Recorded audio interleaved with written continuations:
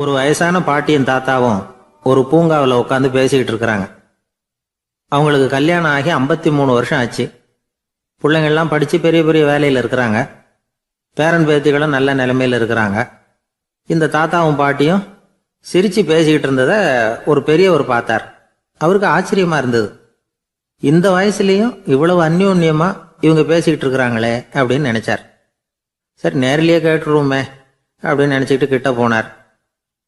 உங்கள் மன வாழ்க்கையின் வெற்றிக்கான ரகசியம் என்ன அப்படின்னு கேட்டார். இதை கேட்டதும் அந்த தாத்தா சிரிச்சுக்கிட்டே பாட்டியை பார்த்தாராம்.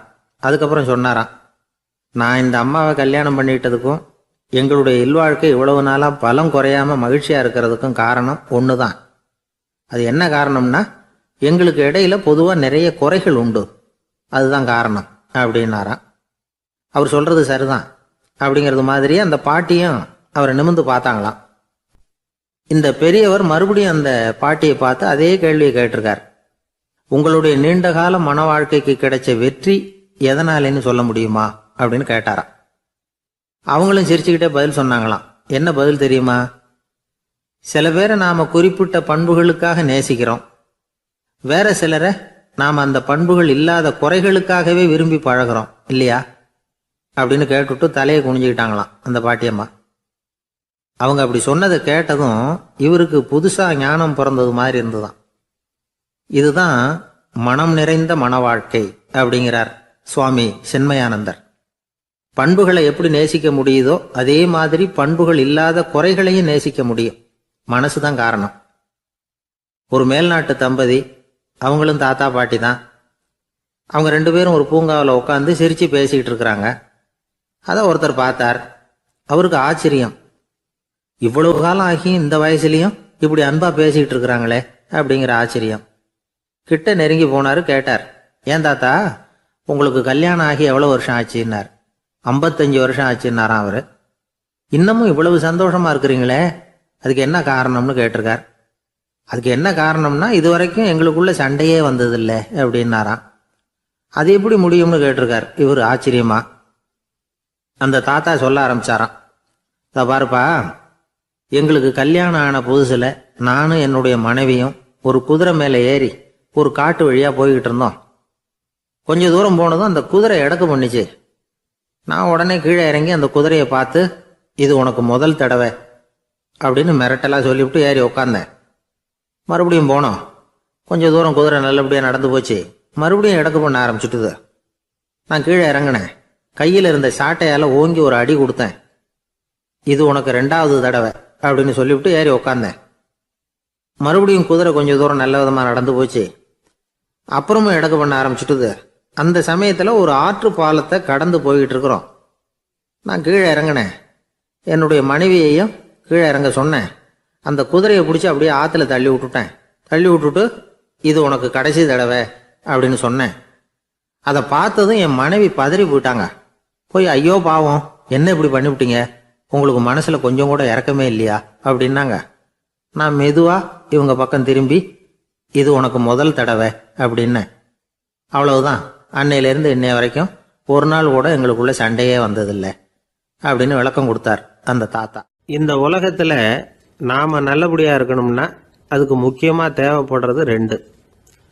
ஒன்று செல்வம், இன்னொன்று அறிவு. சரி, இது 2ல் சிறந்தது எது அப்படின்னு ஒரு கேள்வி கேட்டா என்ன பதில் சொல்றது? இதே கேள்வியை ஹஸ்ரத் அலி அவர்கள்கிட்ட கேட்டாங்களாம். அவர் ஒரு பெரிய அறிஞர். கேள்வி கேட்டவங்களும் சாதாரண ஆட்கள் இல்லை, இவங்களும் அறிஞர்கள். ஒரு நாள் ஹஸ்ரத் அலி அவர்கள்கிட்ட 10 அறிஞர்கள் வந்தாங்களாம். ஐயா, நாங்கள் 10 பேரும் உங்ககிட்ட ஒரே கேள்வியை தான் கேட்க வந்திருக்கிறோம், ஆனால் எங்கள் 10 பேருக்கும் நீங்கள் தனித்தனியாக பதில் சொல்ல முடியுமா அப்படின்னு கேட்டிருக்காங்க. அதாவது அவங்க ஒரே கேள்விக்கு இவர்கிட்ட இருந்து 10 விதமான பதில் எதிர்பார்க்குறாங்க. சரி கேளுங்க, என்ன கேள்வி அப்படின்னார் அவர். அப்போதான் அவங்க கேட்டாங்களாம், செல்வம் அறிவு இது 2ல் சிறந்தது எது? இதுதான் கேள்வி. ஹஸ்ரத் அலி என்ன பண்ணார் தெரியுமா? அவங்கள ஒவ்வொருத்தராக கூப்பிட்டார். ஒவ்வொரு விதமான பதிலை சொல்லி அனுப்புனார். முதல்ல ஒருத்தரை கூப்பிட்டார். சொன்னார், அறிவுங்கிறது தீர்க்கதரிசிகள், ஞானிகள், மகான்கள் இவங்களோட பரம்பரை சொத்து. ஆனால் செல்வம்ங்கிறது கொடுங்கோலரின் ஆயுதம். அதனால் அறிவு தான் சிறந்தது அப்படின்னார். ரெண்டாவது ஆளை கூப்பிட்டார். உங்ககிட்ட செல்வம் இருந்தால் நீங்கள் தான் அதை காப்பாற்றணும், ஆனால் அறிவு உங்களை எப்பவும் காப்பாற்றும், ஆகவே அறிவு தான் சிறந்தது அப்படின்னார். மூணாவது ஆளை கூப்பிட்டார். செல்வந்தனுக்கு எப்போதும் விரோதிகள் அதிகம், ஆனால் அறிஞனுக்கு நண்பர்கள் அதிகம், அதனால் அறிவு தான் சிறந்ததுன்னார். அடுத்தவரை கூப்பிட்டார். செல்வம் அடுத்தவங்களுக்கு கொடுக்க கொடுக்க குறையும், ஆனால் கல்விங்கிறது அதிகரிச்சுக்கிட்டே வரும், கொடுக்கறதுனால குறையாது, அதனால் அறிவு தான் சிறந்ததுன்னார். இன்னொருத்தரை கூப்பிட்டார். அறிவுள்ளவன் எப்பவும் அதை அடுத்தவங்களுக்கு வாரி வழங்கிக்கிட்டே இருப்பான், அதனால் அவங்ககிட்ட தாராளத்தன்மை இருக்கும், ஆனால் செல்வந்தன்கிட்ட கஞ்சத்தனம் தான் இருக்கும், அதனால் அறிவு தான் சிறந்ததுன்னார். ஆறாவது நபரை கூப்பிட்டார். செல்வத்தை கள்வர்கள் திருடிட்டு போக முடியும், ஆனால் அறிவை அப்படி திருடிட்டு போக முடியாது அப்படின்னார். ஏழாவது நபரை கூப்பிட்டார். செல்வம் கால ஓட்டத்தில் அழிஞ்சிரும், ஆனால் அறிவை கால ஓட்டம் ஒன்றும் பண்ண முடியாது, ஆகவே அறிவே சிறந்ததுன்னார். எட்டாவது ஆளை கூப்பிட்டு சொன்னார். செல்வத்துக்கு எப்பவும் எல்லை உண்டு, நிறை உண்டு, அளவு உண்டு, கணக்கு உண்டு, ஆனால் அறிவுக்கு அப்படிப்பட்ட எல்லை எதுவும் கிடையாது, அதனால் அதுதான் சிறந்ததுன்னார். அடுத்தவனை கூப்பிட்டார். செல்வம் உள்ளத்தில் உள்ள ஒளியை போக்கிவிடும், இருட்டை உண்டாக்கிவிடும், விரிந்த மனப்பான்மையை குறுகலாக்கிவிடும், ஆனால் அறிவு அப்படி இல்லை, இருண்ட உள்ளத்தில் ஒளியை பாய்ச்சி அதை விசாலப்படுத்துது, அதுதான் சிறந்ததுன்னார். கடைசியாக 10வது நபரை கூப்பிட்டார். செல்வம் மனசில் செருக்கை உண்டாக்குது, ஆணவத்தை ஏற்படுத்துது, அதனால் நானே கடவுள்னு நினைக்கிற அளவுக்கு மனுஷனை தாழ்த்தி விடுது, ஆனால் அறிவு பணிவையும் பண்பாட்டையும் வளர்க்குது, அதனால் அறிவு தான் சிறந்ததுன்னார். ஆக இப்படி 10 பேருக்கும் 10 விதமாக பதில் சொன்னது மூலமாக ஹஸ்ரத் அலி அவர்கள் அறிவு தான் செல்வத்தை விட சிறந்தது அப்படிங்கிறதுக்கு 10 காரணங்களை சுட்டி காட்டியிருக்கார். அந்த அறிஞர் 10 பேர் கேட்ட ஒரே கேள்விக்கு 10 பதில் சொன்னார். நமக்கு வேண்டிய ஒருத்தர் 10 பேர் கேட்ட கேள்விக்கு ஒரே பதில் சொல்லி சமாளித்தார். கேள்வி என்ன தெரியுமா? என்கிட்ட வாங்கின கடனை எப்போயா திருப்பி கொடுக்க போகிற? இதுதான் அந்த 10 பேரும் கேட்ட ஒரே கேள்வி. இந்த மாதம் 26ஆம் தேதி தந்துடுறேன் அப்படிங்கிற ஒரே பதில் சொல்லி அவ்வளவு பேரையும் இவர் அனுப்பி வச்சுட்டாராம். எல்லாரும் போனதுக்கப்புறம் இவரை தனியாக கூப்பிட்டு கேட்டிருக்கிறாங்க. அது என்ன சார் கணக்கு, 26ஆம் தேதி அன்னைக்கு என்ன அதிசயம் நடக்க போகுது அப்படின்னு கேட்டிருக்காங்க. அதிசயம் அன்னைக்கு இல்லை, அதுக்கு முத நாளே நடக்க போகுதுன்னாராம். விவரமாக சொல்லுங்கன்னு இருக்காங்க. வேற ஒன்றும் இல்லைங்க, 26ஆம் தேதி தானே எல்லாரையும் வர சொல்லியிருக்கிறேன், அதுக்கு முத நாளே நான் புறப்பட்டு தலைமறைவாயிட போகிறேன் அப்படின்னாராம் ரொம்ப பெருமையாக. ஒரு நண்பர் அவசரமாக என்கிட்ட ஓடி வந்தார். அப்புறம் சொன்னார், என்னால் நம்பவே முடியல சார், என் பையனா இப்படி அப்படின்னு சொல்லி ஆச்சரியப்பட்டார்.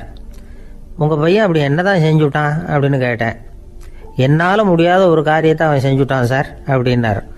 அது என்னன்னு தான் சொல்லுங்களேன். என்ன 5வது வகுப்பில் அவன் ஒரே தடவையில் தேறிட்டான் சார், அதாவது ஒரே அட்டம்ப்டில் பாஸ் ஆகிருக்கான் அப்படின்னார் மூச்சு வாங்க. கஷ்டப்பட்டு பரீட்சை எழுதுனது அவன், இவருக்கு ஏன் மூச்சு வாங்குது? நம்மால் செய்ய முடியாத ஒரு காரியத்தை இன்னொருத்தர் செய்யும் பொழுது அது நமக்கு ஆச்சரியமாக இருக்குது. சர்க்கஸ் பார்க்குறோம், ஒருத்தர் அந்த இடத்துல தொங்குறார், அது நமக்கு ஆச்சரியம், ஏன்னா அது நம்மால் முடியாத காரியம். நம்மால் முடியாத ஒன்றை அடுத்தவர் எளிதாக செய்யும் பொழுது நாம் மருள்வது இயற்கை. இதை தான் தொல்காப்பியம் மருட்கை அப்படின்னு சொல்லுது. இந்த வியப்பு இருக்குதே, இது 4 வகையில் ஏற்படுறதாக தொல்காப்பியம் சொல்லுது. அது என்ன 4 வகை? முதல் வகை எப்படின்னா புதுமையான அரிய செயல்களை செய்கிறது. 2வது வகை என்னன்னா பெரும் செயல்களை செய்கிறது. 3வது வகை என்னன்னா மிக நுட்பமான செயல்களை செய்கிறது. 4வது வகை என்னன்னா ஆக்கம் தரும் செயல்களை செய்கிறது. புதுமை, பெருமை, சிறுமை, ஆக்கமோடு மதினம் சாலா மருட்கை 4 அப்படிங்கிறது தொல்காப்பியம். இன்னைக்கு விஞ்ஞானம் புதுசு புதுசாக எதையோ கண்டுபிடிக்குது. ஆரம்பத்தில் அது ஆச்சரியமாக இருக்குது, அப்புறம் அது நமக்கு பழகி போடுது. வானொலி பெட்டி புதுசாக வந்தப்போ ஒரு பெட்டி பேசுதுங்கிறது எவ்வளோ பெரிய ஆச்சரியம். இப்போ யாரும் அதை ஆச்சரியமாக பார்க்கறதில்ல. மதினம் சாலா மருட்கை அப்படின்னு ஒரு சொற்றொடர் வருது பாருங்க, அதில் கருத்தாழம் உண்டு. எதை பற்றியும் போதுமான அளவு புரிந்து கொள்ளாத போது ஒருத்தர் ஆச்சரியப்படுறார். புரிந்து கொண்ட பிறகு ஆச்சரியம் மறைஞ்சு போடுது. மிக நுட்பமான செயல்களும் நம்ம ஆச்சரியப்பட வைக்கும்.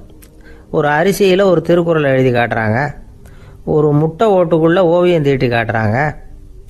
கருங்கல் சிற்பங்களில் எவ்வளவு நுட்பமான வேலைப்பாடுகளை எல்லாம் பார்த்து ஆச்சரியப்படுறோம். இது மாதிரி ஆக்கப்பூர்வமான அரிய செயல்களை செய்கிறது கூட வியப்பை உண்டு பண்ணும். குப்பை கூலங்களை கூட வாழ்க்கைக்கு பயன்படுகிற பொருளாக மாற்றுகிறவர்கள் இருக்காங்க. அவர்களுடைய செயல் வியப்பு அளிக்குது. இடைக்காட்டு சித்தர் பாடின மூவடி 30ங்கிற நூலில் வர்ற ஒரு பாடல், ஆற்றல் பிறர் அறிதலின் அகம் கிளர்வு உறுதலின் கற்று அறி பாணர் கழுமிய கோடலின் தோற்றம் உருகவே போற்றல் சால் வியப்பே. ஒருத்தருடைய ஆற்றல் தெரியாமல் இருந்தது, அவருடைய அரிய செயலை பார்க்கும் பொழுது வியப்பாக இருந்தது, மனசுக்குள்ள கிளர்ச்சி. பாவலர்கள் இவர்களுடைய புகழை பாடி மற்றவர்களும் தெரிந்து கொள்ளுமாறு செய்கிறார்கள். அப்படிங்கிறது தான் ஒரு யதார்த்தமான உண்மை. ஆக எல்லா வகையிலும் மக்கள் தங்களுடைய வாழ்க்கையில் முன்னேறுவதற்கான வழிகாட்டுகிற ஒரு மெய்ப்பாடு தான் வியப்புங்கிறது. இந்த காலத்தில் நம்ம எப்படியெல்லாம் ஆச்சரியப்பட வைக்கிறாங்க. ஒரு ஆளை பிடிச்சி ஜெயிலில் கொண்டு வந்தாங்க. ஜெயில் அதிகாரி அவனை ரொம்ப ஆச்சரியமாக பார்த்தாரான். இவன் கேட்டான், ஏன் சார் அப்படி பார்க்குறீங்க, நான் இப்போ இங்கே வர்றது உங்களுக்கு ஆச்சரியமாக இருக்குதா அப்படின்னு கேட்டிருக்கான். இதுக்கு ஜெயில் அதிகாரி சொல்லியிருக்கார், நீ இப்போ இங்கே வந்ததில் எனக்கு ஒன்றும் ஆச்சரியம் இல்லைப்பா, ஏற்கனவே நீ இங்கேருந்து விடுதலையாகி போய் 6 மாதம் ஆச்சு, இவ்வளவு லேட்டாக வர்றியே அதுதான் எனக்கு ஆச்சரியமாக இருக்குது அப்படின்னாராம். தானத்தில் சிறந்தது எது அப்படின்னு ஒரு கேள்வியை கேட்டு, தானத்தில் சிறந்தது நிதானம் அப்படின்னு அதுக்கு ஒரு பதிலும் சொல்கிறவங்க உண்டு. நிதானம் ரொம்ப அவசியம், அதுவும் இன்றைய உலகத்துக்கு ரொம்ப அவசியம். இன்னைக்கு உலகம் ரொம்ப பரபரப்பாக போய்கிட்டு இருக்குது. பொறுமையாக இருக்கணும்னு நினைக்கிறவங்களால கூட அப்படி இருக்க முடியறதில்ல. பொறுமையை சோதிக்கிறது மாதிரி பல சம்பவங்கள், அதையெல்லாம் சந்திச்சே தீர வேண்டியிருக்குது. எங்கே போனாலும் கியூவில் நிற்க வேண்டியிருக்குது, எங்கே போனாலும் காத்துக்கிட்டு இருக்க வேண்டியிருக்கு. ஆஃபீஸ்லேயோ வீட்லேயோ கூட நீங்கள் நிதானமாக பொறுமையாக நடந்துக்க தெரியலன்னா உங்களுக்கு சிடுமூஞ்சி, முசுடு இப்படிலாம் பேர் வச்சுருவாங்க. அது உங்களுக்கு தேவையா? சரி, வாழ்க்கையில் பொறுமைசாலின்னு பேர் வாங்கிறதுக்கு என்ன வழி?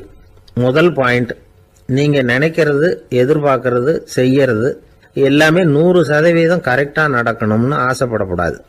எதுவாக இருந்தாலும் அதில் ஓரளவுக்கு தவறு நடக்கலாம் அப்படிங்கிறத எதிர்பார்த்தே இருக்கணும். ஓரளவுக்கு அதை அனுமதிக்கணும். ஒரு நண்பரை 6 மணிக்கு ஒரு இடத்துக்கு வர சொல்லியிருக்கிறீங்க, 6 மணிக்கு அவர் வரல, உடனே பொறுமை இழந்து நடந்துக்கக்கூடாது. ஒரு 10 நிமிஷம் டிலே ஆகலாம். ஒரு வர்ற வழியில் பஸ்ஸு கூட ஏதாவது டிராஃபிக்கில் மாட்டியிருக்கலாம். அதெல்லாம் எதிர்பார்த்தே கொஞ்சம் காத்திருக்கிறதுல ஒன்றும் தப்பு இல்லை. சில சமயம் டிலே ஆகிறது கூட நல்லதாக முடியும். ஒரு பஸ்ஸை தவற விட்டுட்டு, ஐயோ கொஞ்சம் ஒரு 2 நிமிஷம் முன்னாடி வந்திருந்தா பிடிச்சிருக்கலாமே அப்படின்னு தவிச்சிக்கிட்டு இருப்பாங்க சில பேர். அடுத்தபடியாக வர்ற பஸ்ஸு நேரடியாக நீங்கள் போக வேண்டிய இடத்துக்கே கொண்டு போய் விடுற பஸ்ஸாக கூட இருக்கலாம். அது உங்களுக்கு முன்னாடி தெரியாதுல்ல. சில நெருக்கடியான சூழ்நிலைகளை தமாஷா எடுத்துக்கிறதுக்கு பழகிக்கணும். சில இடங்களுக்கு போகிறப்ப காத்திருக்கிறதுக்கு நம்ம மனசை தயார்படுத்திக்கிட்டே போகணும். ஒரு ரயிலுக்கோ பஸ்ஸுக்கோ அல்லது விமானத்துக்கோ கப்பல் பிரயாணத்துக்கோ போகிறப்போ அங்கே போய் நீங்கள் மணிக்கணக்கில் கூட காத்துக்கிட்டு தான் இருக்கணும். புறப்படுற நேரம் கூட மாறலாம். நீங்கள் போய் சேர்ந்ததும் அது உடனே புறப்படணும்னு கட்டாயமாக என்ன? அது மாதிரி சமயத்தில் படிக்கிறதுக்குன்னு சில சுவாரஸ்யமான புத்தகங்களையும் கையில் எடுத்துக்கலாம். உங்களை சுற்றி எவ்வளவோ சுவாரஸ்யமான சம்பவங்கள் நடந்துக்கிட்டு இருக்குதுல்ல, அதையெல்லாம் வேடிக்கை பாருங்கள். எதுக்காக காத்துக்கிட்டு இருக்கிறோமோ அந்த காரியத்தில் உண்மையாகவே நமக்கு ஒரு அக்கறை இருந்தால் நமக்கு போர் அடிக்காது. சில கோயில்களில் பார்த்துருப்பீங்க, தரிசனத்துக்காக பக்தர்கள் நாள் கணக்கில் காத்துக்கிட்டு இருப்பாங்க. அவங்களெலாம் அழுத்துக்கிறது இல்லை. ஆண்டவனை தரிசிக்கணுங்கிற உண்மையான அக்கறை இருக்கிறதுனால அவங்களுக்கு போர் அடிக்கிறது இல்லை. ஆனால் சில சினிமா தியேட்டரில் கூட பார்க்கலாமே, சினிமா கியூ கூட அப்படி தான். சாயந்தரம் 6 மணி ஆட்டத்துக்கு காலம்பரம் 6 மணிக்கே போய் கூட காத்துக்கிட்டு இருப்பாங்க. அவங்களுக்கெல்லாம் போர் அடிக்காது, படம் பார்க்குற ஆர்வம். இன்னொரு முக்கியமான விஷயத்தை நாம் பழக்கப்படுத்திக்கணும். லிவ் ஃபார் தி மூமெண்ட் அப்படிங்கிறாங்க நிபுணர்கள். ரொம்ப பேர் எப்படின்னா அடுத்தபடியாக நடக்க போகிற விஷயத்திலேயே கவனமாக இருப்பாங்க. அந்த நினைப்புலேயே இந்த நிமிஷத்தை பொறுமை இல்லாமல் கழிப்பாங்க. ஒருத்தர் இருக்கார், அவர் எப்படின்னா ஆஃபீஸ் முடியறதுக்குள்ளேயே சார் 5 மணிக்கெல்லாம் ரெடியாக இருங்க, நாம் அந்த ஹோட்டலில் போய் டிஃபன் சாப்பிட்ணும் அப்படின்னு 4 மணிலேருந்து சொல்லிகிட்டு இருப்பார். 4:55 பரபரப்பாக ஓடி வருவார். 2 பேரும் புறப்படுவோம், ஹோட்டலுக்கு போவோம், சாப்பிட்டுக்கிட்டு இருப்போம். அப்படி சாப்பிட்டுட்டு இருக்கிறப்ப சார் சாப்பிட்டு முடித்ததும் நேராக ஒரு ஜவுளி கடைக்கு போகிறோம் அப்படிம்பார். பரபரக்க சாப்பிட்டு முடிப்பார், புறப்படுவார். ஜவுளி கடையில் அவசரமாக சீக்கிரம் பில் போடுங்க சார், சினிமாவுக்கு நேரம் ஆகிடும்பார். சினிமா தியேட்டரில் உட்காந்து அடுத்தபடியாக எங்கே டின்னர் சாப்பிட்றதுன்னு யோசனை பண்ணிகிட்டு இருப்பார். ராத்திரி படுக்கையில் விழுந்ததுக்கு அப்புறமும் நாளைக்கு காலையில் எழுந்திரிச்சதும் அதை பண்ணணும் இதை பண்ணணும்னு திட்டம் போட்டுக்கிட்டே இருப்பார். அதாவது எப்பவும் அடுத்த நிமிஷம், அடுத்த நாள், அடுத்த வாரம், அடுத்த வருஷம், இதுதான் அவங்க சிந்தனை. இந்த நிமிஷம் என்ஜாய்மெண்ட்டை அவங்க இழந்துடுறாங்களாம். அதனால தான் வாழ்நாள் பூரா பொறுமையின்மை, அவஸ்தை, அல்லல். அதனால் நாம் எல்லாரும் வாழ்க்கையில் நிதானமாக இருக்கிறதுக்கு கற்றுக்கணுமா. அதுக்காக இந்த நிதானத்துக்கு வேறு விதமான அர்த்தம் பண்ணிக்கக்கூடாது. ஒருத்தர் அப்படித்தான் ஒரு தடவை அவருடைய குதிரை காணாமல் போயிட்டு தான். அதுக்காக அவர் கவலைப்படலை, நிம்மதியாக இருந்தார், சந்தோஷமாக இருந்தார். என்ன சார் இது, உங்கள் குதிரை திருட்டு போயிட்டுதுங்கிறீங்க, நீங்கள் கவலைப்படாமல் இருக்கிறீங்களே அப்படின்னு கேட்டாங்களாம். அதுக்கு அவர் சொல்லியிருக்கார், நல்ல வேலை சார், கட்டியிருந்த குதிரை காணாமல் போயிருக்குது. நான் அது மேலே உட்காந்துருக்கிற சமயம் அது காணாமல் போயிருந்ததுன்னா, திருட்டு போயிருந்ததுன்னா நானும் சேர்ந்துல காணாமல் போயிருப்பேன் அப்படின்னாராம். எவ்வளவு நிதானமான ஆள் பாருங்கள்.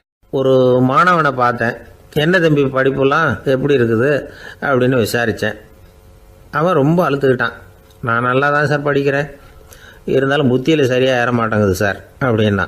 சரி, இவனும் நம்ம ரகம்தான் அப்படின்னு சொல்லி முடிவு பண்ணிட்டோம். கல்வி கற்கக்கூடிய ஒரு மாணவன் சம்பந்தப்படுற புத்திகள் பல வகை. அதை பற்றி ஒரு பெரியவர் விளக்கி இருக்கிறார். மிருத்து புத்தின்னு ஒன்று இருக்குதான். மிருத்துன்னா மண்ணால் செவுறு கட்டுறோம்ல, மண் சுவரில் ஆணி அடிக்கிறதும் சுலபம், அதை பிடுங்கி எடுக்கிறதும் சுலபம். அது மாதிரி சில பேர் குரு சொல்லி கொடுக்குறத சுலபமாக கேட்டு தெரிஞ்சு வச்சுக்குவாங்க, கொஞ்ச நேரத்தில் சுலபமாக மறந்தும் போயிடுவாங்க. இது மிருத்து புத்தின்னு பேர், மண் புத்தி. தாரு புத்தின்னு ஒன்று உண்டான். தாருன்னா மரம். அதில் பச்சை மரத்தில் ஆணி அடிக்கிறது சுலபம், ஆனால் அதை எடுக்கிறது கஷ்டம். அது மாதிரி ஆசிரியர்கிட்டேருந்து கேட்டதை கவனமாக மனசில் பதிய வச்சுக்கிட்டு அதை மறக்காமல் இருக்கிறது தாரு புத்தி. பட்டை மரமாக இருந்தால் அதில் ஆணி அடிக்கிறதும் கஷ்டம், அடிக்கிற ஆணியும் சீக்கிரம் நழுவிடும். அது மாதிரி கேட்குற விஷயம் மனசில் பதியறதும் கஷ்டம். அப்படியே பதிஞ்சாலும் அது நீடிச்சு இருக்கிறதும் கஷ்டம், கொஞ்ச காலத்தில் மறந்துடும். இன்னொரு வகை புத்தி ஒன்று உண்டு, அதுக்கு பேர் சிலா புத்தின்னு பேர். சிலான்னா கல். ஒரு கருங்கல்லில் 4 துளையை போட்டு ஒரு துளையில் உளிய வச்சு அடித்தா மற்ற துளை வழியாகவும் பிளந்து கல் 2ஆயிடும். அது மாதிரி சந்தியான இடங்களில் குறிப்பாக ஒரு பொருளை சொன்னால் அதை வச்சுக்கிட்டு மற்றதையும் தெரிஞ்சுக்கிறது, அது சிலா புத்தின்னு பேர். வேணு புத்தின்னா என்ன தெரியுமா? வேணுன்னா மூங்கில் கணுவில் ஒரு பக்கம் உளிய வச்சு அடித்தா 2 பக்கமும் பிளந்துடும். அது மாதிரி ஒரு செய்தியை கேட்டுக்கிட்டு இருக்கிறப்பவே அதோட முன்பின் தொடர்களையும் தெரிஞ்சுக்கணும், அது வேணு புத்தி. தைல புத்தின்னு ஒன்று உண்டு. தைலம்ங்கிறது எண்ணெய்.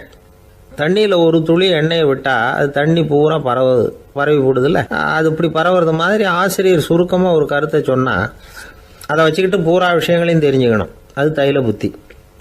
கற்பூர புத்தின்னு ஒன்று கேள்விப்பட்டிருக்கோம். அது எப்படின்னா, கற்பூரம் தீ பட்ட உடனே பிடிச்சிக்கும். ஆசிரியர் சொன்ன உடனே நுண்ணறிவோட பாடங்களை புரிஞ்சுக்கிறது இந்த வகை புத்தி. கரி புத்தின்னு ஒன்று. அது எப்படின்னா, கரியில் நெருப்பை வச்சு விசிறிய பிறகு அதுக்கப்புறம் அது கறி நெருப்பாகும்.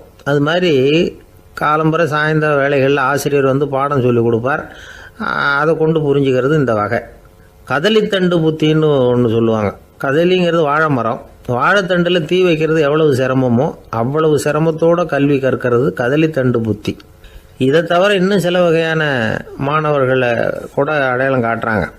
ஆசிரியர் சொன்னதில் நல்லதை மட்டும் எடுத்துக்கிறவன் அன்னம். ஆசிரியர் கிடைச்ச இடத்துல பாடத்தை கேட்டுக்கிட்டு பிறகு தனியாக உட்காந்து சிந்திக்கிறவன் பசுமாடு. அப்படி தானே, புல் கண்ட இடத்துல மேயும், அதுக்கப்புறம் நிதானமாக அசை போட்டுக்கும். ஆசிரியர் சொன்னதை தவிர வேற எதையும் சொல்ல முடியாதவன் கிளி. பல இடங்களில் பாடங்கள் கேட்டு கடைசியில் ஒன்றும் புரியாமல் போகிறவன் ஆடு ஒரு செடியில் வயிறார மேயாது, ஒரே செடியில். இக்கரைக்கு அக்கறை பச்சைன்னு அங்கேயும் இங்கேயும் அலைஞ்சிக்கிட்டே இருக்கும். சில பேருக்கு எருமைன்னு பேர். எருமை எப்படின்னா, குளத்து நீரை கலக்கி தான் குடிக்கும். அது மாதிரி ஆசிரியர் மனசை நோக செய்து பயில்கிற மாணவர்கள்லாம் இந்த ரகம். இவ்வளவுலாம் இருந்தாலும் இந்த காலத்து மாணவர்கள்லாம் ஒரு தனி ரகம். ஒரு ஆசிரியர் வகுப்பில் பாடம் நடத்திக்கிட்டு இருந்தார். இலக்கண வகுப்பு.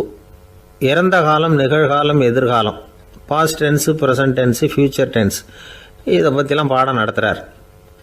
எல்லாம் சொல்லி கொடுத்துட்டு, இப்போ நான் ஒரு வாக்கியம் சொல்லுவேன், அது என்ன காலம் அப்படிங்கிறத நீங்கள் சொல்லணும்னார் ஆசிரியர். சரி, நாங்கள் மாணவர்கள்லாம், நான் நாளைக்கும் பாடம் நடத்தப் போகிறேன், இது என்ன காலம் அப்படின்னு கேட்டார் ஆசிரியர். அதாவது, நான் நாளைக்கும் பாடம் நடத்தப் போகிறேன், இந்த வாக்கியம் என்ன காலம்னு கேட்டார். ஒரு பையன் மெதுவாக எழுந்திரிச்சு சொன்னான், இது எங்கே போதாத காலம் சார் அப்படின்னு சொல்லிவிட்டு உட்காந்துட்டானா. காசி மாநகரத்தை பிரம்மதத்தன் அப்படிங்கிற ராஜா ஆட்சி பண்ணிட்டு வந்தார். அவர் ஒவ்வொரு வருஷமும் ஒரு திருவிழா நடத்துறது வழக்கம். எல்லா தேசத்திலிருந்தும் எல்லா வகையான ஜனங்களும் அதில் வந்து கலந்துக்குவாங்க. ஒரு சமயம் அது மாதிரி விழா நடந்துக்கிட்டு இருந்தது. வைகுண்டத்திலிருந்து தேவலோகத்திலிருந்து நிறைய தேவகுமாரர்கள்லாம் காசி நகருக்கு அப்போ வந்திருந்தாங்க. அதில் முக்கியமாக ஒரு 4 தேவகுமாரர்கள், அந்த 4 பேரையும் சுற்றி ஏகப்பட்ட கூட்டம். அப்படி என்ன விசேஷம் அவங்கக்கிட்ட அப்படின்னா, மற்றவங்களை விட அவங்க முகம் அழகாக இருந்ததா அப்படி பார்த்தா அப்படியும் இல்லை. அவங்க அணிஞ்சிருந்த மலர் மாலைகள் தான் அதுக்கு காரணமா. அந்த மலர்கள்லேருந்து அப்படி ஒரு அபூர்வமான நறுமணம். இதுக்கு முன்னாடி இப்படி ஒரு நறுமணத்தை அந்த ஊர் ஜனங்க அனுபவிச்சதே இல்லை. அதுதான் அந்த 4 பேரையும் சுற்றி கூட்டம். எல்லாரும் கேள்வி கேட்க ஆரம்பித்தாங்க. உடனே அந்த 4 தேவகுமாரர்களும் எல்லாருக்கும் தெரியும்படியாக வானத்தில் எழும்பி கொஞ்சம் உயரமாக நின்றுக்கிட்டாங்க. கீழே நின்றுக்கிட்டு இருந்த அரசன்லேருந்து ஆண்டி வரைக்கும் ஒருத்தர் பாக்கி இல்லாமல் ஒரே குரலில் எல்லாரும் அவங்கள பார்த்து, எங்களுக்கும் இது மாதிரி மாலையை போட்டுக்கணும்னு ஆசையாக இருக்குது, அதுக்கு நீங்கள் தான் அருள் பண்ணணும் அப்படின்னு கேட்டுக்கிட்டாங்க. மாலை போட்டுக்கிறதுனா எல்லாருக்கும் ஆசையாக தானே இருக்கும். அந்த 4 தேவகுமாரர்களில் ஒருத்தர் புத்தர் பிரான். அவர் சொன்னார், பூலோகவாசிகளே, நான் சொல்கிறத கொஞ்சம் பொறுமையாக கேளுங்க. கக்காரு அப்படிங்கிற கற்பக விருட்சத்தின் மலர்களால் தொடுக்கப்பட்டது இந்த மாலை. இதுக்கு நிறைய சக்தி உண்டு. எந்த காலமும் இது வாடாது, வாசனையும் குறையாது. ஆனால் இதை அணிந்து கொள்றதுக்கு சில தகுதிகள் தேவை அப்படின்னார். என்ன தகுதி அது சொல்லுங்களேன் அப்படின்னு ஏக காலத்தில் எல்லாரும் சத்தம் போட்டாங்க. தீய இயல்புகள் உள்ளவங்க, இழிந்த சிந்தனை, இழிந்த செயல் உள்ளவங்க இந்த மாலையை அணிய முடியாது அப்படின்னார். அவ்வளோதான். கூட்டத்தில் சத்தம் போட்டவங்கள்லாம் மெதுவாக அப்படி அடங்க ஆரம்பிச்சிட்டாங்க. இன்னொரு தேவகுமாரன் சொன்னார், அடுத்தவங்க பொருளை அபகரிக்காதவன், அடுத்தவங்களுக்கு கெடுதல் பண்ணக்கூடிய பொய் பேசாதவன், பேராசையினால் கெட்ட வழியில் பொருள் ஈட்ட நினைக்காதவன் இந்த மாலையை போட்டுக்கலாம் அப்படின்னார். கூட்டத்திலிருந்து யாரும் முன்னுக்கு வரல. ஒரே ஒரு ராஜகுரு மட்டும் கொஞ்சம் முன்னாடி வந்தார். பெரியவர், படித்தவர். அவர், எனக்கு தகுதி இருக்குது அந்த மாலையை போட்டுக்கிறதுக்கு அப்படின்னார். வேற ஒன்றும் இல்லை, பொய் சொல்லியாவது அந்த மாலையை வாங்கிக்குவோமே அப்படின்னு முடிவு பண்ணிட்டார் அவர். அவ்வளோதான், மாலையை வாங்கிட்டார். அடுத்த தேவகுமாரன் பேசினார். யாருக்கு திடமான அறிவும் மனமும் இருக்குதோ, யாருக்கு நல்ல காரியங்களில் அசையாத ஈடுபாடு இருக்குதோ, நல்ல அரிய பொருள்களை தனியாக தான் மட்டும் அனுபவிக்க விரும்பாதவர் யாரோ அவர் முன்னாடி வந்து இந்த மாலையை வாங்கிக்கலாம் அப்படின்னார். அந்த தகுதியும் எனக்கு இருக்குன்னார் ராஜகுரு. மாலையை வாங்கி போட்டுக்கிட்டார். இன்னொரு ராஜகுமாரன் பேச ஆரம்பித்தார். அறநெறியில் செல்வம் சேர்க்கணும், ஆடம்பர பொருள்களுக்கு அடிமையாகக்கூடாது, வெற்றி அடைஞ்சாலும் கர்வம் வரக்கூடாது, அப்படிப்பட்டவங்க இந்த மாலையை போட்டுக்கலாம்னார். துணிஞ்சு பொய் சொல்லி அதையும் வாங்கி கழுத்தில் போட்டுக்கிட்டார் இந்த ராஜகுரு. இன்னொரு ராஜகுமாரன் சொன்னார், சான்றோர்களை நிந்திக்காதவங்க, புறம் பேசாதவங்க இந்த மாலையை போட்டுக்கலாம்னார். அதையும் வாங்கி போட்டுக்கிட்டார். திருவிழா முடிஞ்சுது, எல்லாரும் திரும்பி போயிட்டாங்க. மறுநாள் ராஜகுரு 4 மாலைகளையும் போட்டுக்கிட்டு ராஜசபைக்கு வரார். வந்தவர் ரொம்ப அவஸ்தையோடு வர்றார். மாலையெல்லாம் வாடி போயிட்டுது, வாசனை எதுவும் கிடையாது. அது மட்டும் இல்லை, அவருக்கு கடுமையான தலைவலி வேற வந்துட்டுது. துடிச்சு போயிட்டார். மாலையை கழட்டவும் முடியல. ஜனங்கள்லாம் அவரை பார்த்து சிரிக்க ஆரம்பிச்சிட்டாங்க. என்னத்துக்கு ஆசைப்படணும், ஏன் இப்படி கஷ்டப்படணும் அப்படின்னு. ராஜா பார்த்தார். மறுபடியும் விழாவுக்கு ஏற்பாடு பண்ணினார். தேவகுமாரர்கள்லாம் வந்தாங்க. ராஜகுரு வந்தார். மக்கள் முன்னிலையில் அவங்க காலில் விழுந்தார், மன்னிப்பு கேட்டுக்கிட்டார். இந்த மாலையை போட்டுக்கிற தகுதி எனக்கு இல்லை. தகுதி இல்லாத ஒருத்தன் தகாத தகுதியை பொய் மூலம் பெறணும்னு ஆசைப்படுறாங்களே, அவங்களுக்கெல்லாம் என்னுடைய தண்டனை ஒரு எச்சரிக்கையாக இருக்கட்டும்னார். அதுக்கப்புறம் தேவகுமாரர்கள் அவர் கழுத்தில் இருக்கிற மாலையை கழட்டினாங்களாம். அந்த மாலைகளும் பழையபடி மனம் கொடுக்க ஆரம்பிச்சுட்டு தான். இதுலேருந்து நாம் தெரிஞ்சுக்க வேண்டியது என்னென்னா, நமக்கு தகுதி இல்லாத ஒரு கௌரவம் நம்மக்கிட்ட தானாக வந்தால் கூட அதை தவிர்த்து விடுறது தான் நல்லது. அதுதான் புத்திசாலித்தனம். ஒருத்தர் வந்தார், சார் எங்கள் இலக்கிய மன்ற விழாவுக்கு நீங்கள் தலைமை தாங்கணும்னார். உடனே இவர் சொன்னார், பேச்சாளர், சார் இலக்கியத்தை பற்றி பேசுகிற தகுதி எனக்கு இல்லையே அப்படின்னார். உடனே அவர் கூப்பிட வந்தவர் சொன்னார், அந்த தகுதி உங்களுக்கு இல்லைங்கிறது எங்களுக்கும் தெரியும் சார், அதனால தான் உங்களை தலைமை தாங்க கூப்பிடுறேன் அப்படின்னார். அது சரி, தலைமைன்னா அதுக்கு இவர் என்னதான் அர்த்தம் பண்ணுறாருன்னு தெரியல. ஒரு ஆள் அசையாமல் கிடக்கிறார், அவர் இருக்காரா போயிட்டாராங்கிறத எப்படி முடிவு பண்ணுறோம்? அவர் மூக்குக்கு முன்னாடி புறங்கையை வச்சு பார்க்குறோம், மூச்சு வருதா இல்லையா அப்படிங்கிறத கண்டுபிடிக்கிறதுக்காக. மூச்சுங்கிறது அவ்வளவு முக்கியமான ஒரு விஷயம். சுவாசம் இல்லைன்னா எதுவுமே இல்லை. நம்ம பூமி இருக்க அது கூட சுவாசிக்குதுங்கிறத சோவியத் விஞ்ஞானிகள் கண்டுபிடிச்சிருக்கிறாங்க. பூமிக்கு மேல இருக்கிற மண் அடுக்குல காற்றுல உள்ள ஆக்சிஜன் ஆக்சிகரணம் அடையுது அப்படின்னு தான் இதுவரைக்கும் எல்லாரும் நம்பிக்கிட்டு இருந்தாங்க. ஆனா இப்ப என்ன கண்டுபிடிச்சிருக்கிறாங்கன்னா, அந்த ஆக்சிஜன் பூமிக்குள்ள 1 கிலோமீட்டர் ஆழம் வரைக்கும் ஊடுருவி போகுதான். பூமிக்குள்ள 2 பக்கமும் பல கிலோமீட்டர் வரைக்கும் பரவுதான். பூமிக்குள்ள இருக்கிற நீர்நிலை அடுக்குகள் தான் நுரையீரல் செய்யற வேலையை செய்யுதான். நம்ம உடம்புல நுரையீரல் இல்லைன்னா ஒன்றும் நடக்காது. ஒரு மரத்தை தலைகீழா தொங்க போட்டா எப்படி இருக்கும் அப்படி யோசிச்சு பாருங்க. அப்படித்தான் இதுவும் நுரையீரலும் அப்படித்தான் இருக்கும். வலது பக்கம் ஒன்று, இடது பக்கம் ஒன்று. வலது பக்கம் நுரையீரல் கொஞ்சம் பெருசா இருக்கும். நுட்பமான நரம்பு குழாய்கள் அதில் இருக்கும். கோடிக்கணக்கான நுண்ணிய குழாய்களை வச்சுக்கிட்டு தான் அது வேலை செய்யுது. 25 கோடி குழாய்கள் இருக்கும். அதை அப்படியே முழுசா பிரிச்சு பரப்புனா ஒரு டென்னிஸ் கோர்ட்ல பாதி பரப்பளவு இருக்குமா.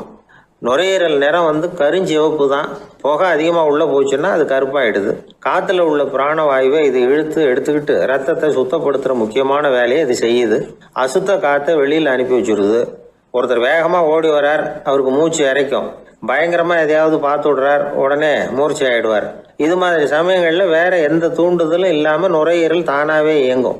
இப்படி ஒரு அவசியம் ஏற்படுறப்போ இயக்கத்தை தூண்டி விடுற முக்கியமான இணைப்பு மூளைக்கு கீழே முதுகு எலும்புக்கு மேற்பகுதியில் இருக்குது.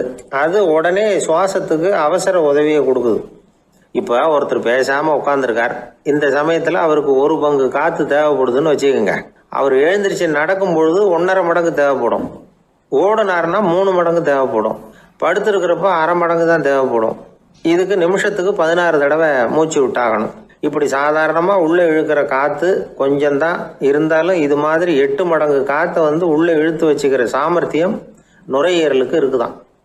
தண்ணி, நுண்கிருமிகள், ரசாயன பொருள் இப்படி எது உள்ள போனாலும் நுரையீரல் சமாளிச்சுக்கும். 30 வருஷமா விடாத புகை பிடிக்கிறவர் தொடர்ந்து உள்ள அனுப்பி வைக்கிற புகையை கூட சமாளிக்குதுன்னா பாத்துங்களேன். உள்ள போற புகை நுட்பமான சுவாச முடிச்சுகளை அழிச்சு விடுது. கறி புகை அது மேல படிஞ்சு உபயோகம் இல்லாம பண்ணிவிடுது. ஆனாலும் தேவைக்கு அதிகமா 8 மடங்கு கூடுதலா சுவாச முடிச்சுகள் நம்ம உடம்புக்குள்ள இருக்கிறதுனால சமாளிக்க முடியுது. சமாளிக்க முடியலன்னா சில சமயம் மூச்சு திணறும். அதை ஒரு எச்சரிக்கையா எடுத்துக்கிட்டு புகை பிடிக்கிற பழக்கத்தை விட்டுடணும். அதுதான் நல்லது. ஆனா அப்படி யாரு விடுறது? இணை பிரியாத 2 நண்பர்கள் இருந்தாங்களாம். 2 பேரும் விடாம சிகரெட் குடிக்கிறவங்க. அதுல ஒருத்தன் செத்து போட்டான். இன்னொருத்தன் அதுக்கப்புறம் 2 சிகரெட்டா குடிக்க ஆரம்பிச்சானா. ஏன் இப்படி பண்றேன்னு கேட்டிருக்காங்க. நான் 1 சிகரெட்டு தான் குடிக்கிறேன். செத்து போன என்னுடைய ஃப்ரெண்டு இருக்கானே, செத்து போனவன், அவனுக்காக இன்னொரு சிகரெட்டு குடிக்கிறேன் அப்படின்னு நானா. இது ரொம்ப ஆபத்து, விட்டுடு அப்படின்னு சொல்லியிருக்காங்க. சரின்னு ஒத்துக்கிட்டான். ஆனா அதுக்கப்புறமும் 1 சிகரெட் வீதமா குடிச்சுக்கிட்டே இருந்தான். சிகரெட்டு பழக்கத்தை நீ இன்னும் விடலையான்னு கேட்டாங்களாம். அந்த பழக்கத்தை நான் எப்போ விட்டுட்டேன், இப்போ நான் குடிக்கிறது என் ஃப்ரெண்டுக்காக அப்படின்னு நானா. இவங்கெல்லாம் எப்படி திருந்துறது? நான் கணக்குல ரொம்ப வீக்கு சார் அப்படின்னு சொல்லிக்கிறதுல நம்மள பல பேர் வெக்கப்படுறதில்ல. நம்ம மூளை கணக்கு போட எப்பவும் தயாரா தான் இருக்குது. ஆனா அதை நாம சரியா உபயோகப்படுத்துறது இல்ல. அதுதான் விஷயம். கம்ப்யூட்டர் வந்த பிறகு இன்னமும் சௌகரியமா போச்சு. கணக்கு போடுற வேலையெல்லாம் அதுகிட்ட ஒப்படைச்சிட்டோம். கம்ப்யூட்டரை விட வேகமா மனுஷனால கணக்கு போட முடியுமா அப்படின்னா முடியுமா. ஆனா முடியும்னு நிரூபிச்சு காட்டினவங்க இந்த உலகத்துல ஒரு 10-20 பேர் தான். ஒரு பென்சிலோ காகிதமோ இல்லாம 17 இலக்க எண்களை கூட கூட்டி கழிச்சு பெருக்கி வகுக்கிறாங்க. நீங்க பிறந்ததுல இருந்து இந்த வினாடி வரைக்கும் எவ்வளவு காலம் ஆயிருக்குது அப்படின்னு கேட்டா அதை நொடிகள்ல சொல்றாங்க. ஒரு புஸ்தகத்தை கொடுத்து படிக்க சொல்லி அதுல மொத்தம் எத்தனை எழுத்து இருக்குது அப்படின்னு கேட்டா கரெக்டா சொல்லி விடுறாங்க. இப்படிப்பட்ட திறமைசாலிகள் இந்த உலகத்துல இருக்கதான் செய்யறாங்க. அது சரி, அவங்களால மட்டும் அது எப்படி முடியுது? இதுக்கு சரியான விளக்கத்தை இதுவரைக்கும் யாரும் சொல்லல. இந்த கணக்கு புலிகள், கணித மேதைகள் எப்படி அவ்வளவு பெரிய கணக்கெல்லாம் போடுறாங்கன்னு கேட்டா அதுக்கு யாராலையும் சரியான விளக்கம் கொடுக்க முடியல. ஆனா அவங்க எல்லாம் கொஞ்சம் கூட அலட்டிக்காம கணக்கு போட்டு சொல்லி விடுறாங்க. இவ்வளவுக்கும் அவங்க கணக்கு கல்வியை முறையா கத்துக்கிட்டவங்களா அப்படின்னு கேட்டா அதுவும் கிடையாது.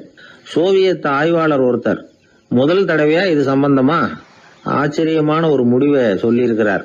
அவர் என்ன சொல்றாருன்னா, கம்ப்யூட்டர்களையே தோக்கடிக்கக்கூடிய வேகத்துல கணக்கு போடுகிற திறமையுள்ள மூளை இயற்கையிலேயே சில பேருக்கு மட்டும்தான் இருக்குங்கிறது சரியில்லை. இந்த உலகத்துல பிறந்த எல்லாருடைய மூளைக்குள்ளேயும் ஒரு கம்ப்யூட்டர் மூளை இருக்குது அப்படிங்கிறார் அவர். நம்ம கிட்ட இருக்கிற சாதாரண மூளைக்கு அபாரமான திறமை இருக்குதான். இப்போ உதாரணத்துக்கு ஒரு மாமரத்துல உச்சி கிளையில ஒரு நல்ல மாங்காயை பாக்குறோம்.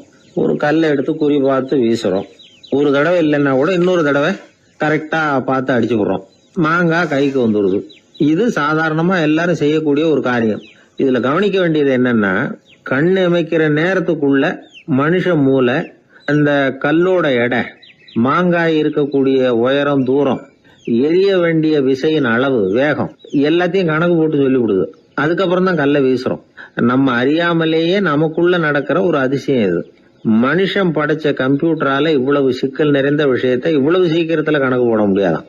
அதனாலதான் மனித மூளைக்குள்ள ஒரு கம்ப்யூட்டர் மூளை, அதாவது கணக்கு போடுகிற மூளை இருக்குது, அது இயங்குது அப்படிங்கறத அதுல இருந்து புரிஞ்சுக்க முடியும்னு சொல்றாங்க. இத உயிர் கம்ப்யூட்டர் அப்படின்னு சொல்லலாமா, பயோ கம்ப்யூட்டர். இயற்கை என்ன பண்ணிருக்குதுன்னா, இந்த உயிர் கம்ப்யூட்டர் விசைய அணைச்சு விட்டு உணர்வு மூளையின் செயல்பாட்டை திறந்து விட்டுருக்கு. அதனால உணர்வு மூளையை உபயோகிக்கிற மனுஷன் தன்னுடைய இயற்கை திறமையை மறந்துட்டு தானே வளர்த்துக்கிட்ட திறமையின் மூலமா சிந்திக்க ஆரம்பிச்சான். இந்த இயற்கையின் உயிர் கம்ப்யூட்டர் விசை அணைக்கப்படாம சில பேருக்கு இருந்துருது. அவங்கதான் கணித மேதைகள். அவங்களுக்கெல்லாம் உயிர் கம்ப்யூட்டருக்கும் உணர்வு மூளைக்கும் தொடர்பு ஏற்பட்டிருக்கு. இப்ப இந்த தொடர்பை எல்லாருக்கும் ஏற்படுத்துறதுக்கு ஒரு வழியை கண்டுபிடிச்சிட்டோம்னு வைங்க, அதுக்கப்புறம் நாம எல்லாருமே கணித மேதைகள் தான், கணக்கு புலிகள் தான். அது வரைக்கும் நாம இப்படியே இருந்துட வேண்டியதுதான். நம்மால் ஒருத்தன் மாங்காய் அடிச்ச கதை தெரியுமா உங்களுக்கு? ஒரு மரத்து உச்சியில ஒரு மாங்காயை பார்த்தான். உடனே அவனுடைய மூளை கல்லோட எடை, மாங்காய் இருக்கிற உயரம், எரிய வேண்டிய வேகம் எல்லாத்தையும் ஒரு நொடியில கணக்கு போட்டு சொல்லிவிட்டுது. அடிச்சான், மாங்காய் விழுந்துட்டுது. இருந்தாலும் அவன் தன்னுடைய மூளையை நொந்துக்கிட்டான். மோசமான மூளைன்னா ஏண்டான்னு கேட்டோம். என்னுடைய மூளை எல்லாத்தையும் சரியா கணக்கு போட்டு சொல்லிவிட்டுது, இருந்தாலும் ஒரு விஷயத்த என்கிட்ட சொல்லாம விட்டுட்டுது அப்படின்னா. என்னத்தேன்னு கேட்டோம். அந்த தோட்டத்துக்கு சொந்தக்காரன் என் பின்னாடி 10 அடி தூரத்துலதான் நின்றுட்டு இருக்கிறாங்கிறத எனக்கு கணக்கு போட்டு அது சொல்லாம விட்டுட்டுது அப்படின்னா. முதுவை தடவிக்கிட்டேன். அப்பா, மின்சார பல்பு ஃபீஸா போயிட்டுது, வேற ஒன்னும் வாங்கி மாட்டணும் அப்படின்னா பையன். சரி போய் புதுசா ஒண்ணு வாங்கிட்டு வாடா அப்படின்னு காசு கொடுத்தாரு அப்பா.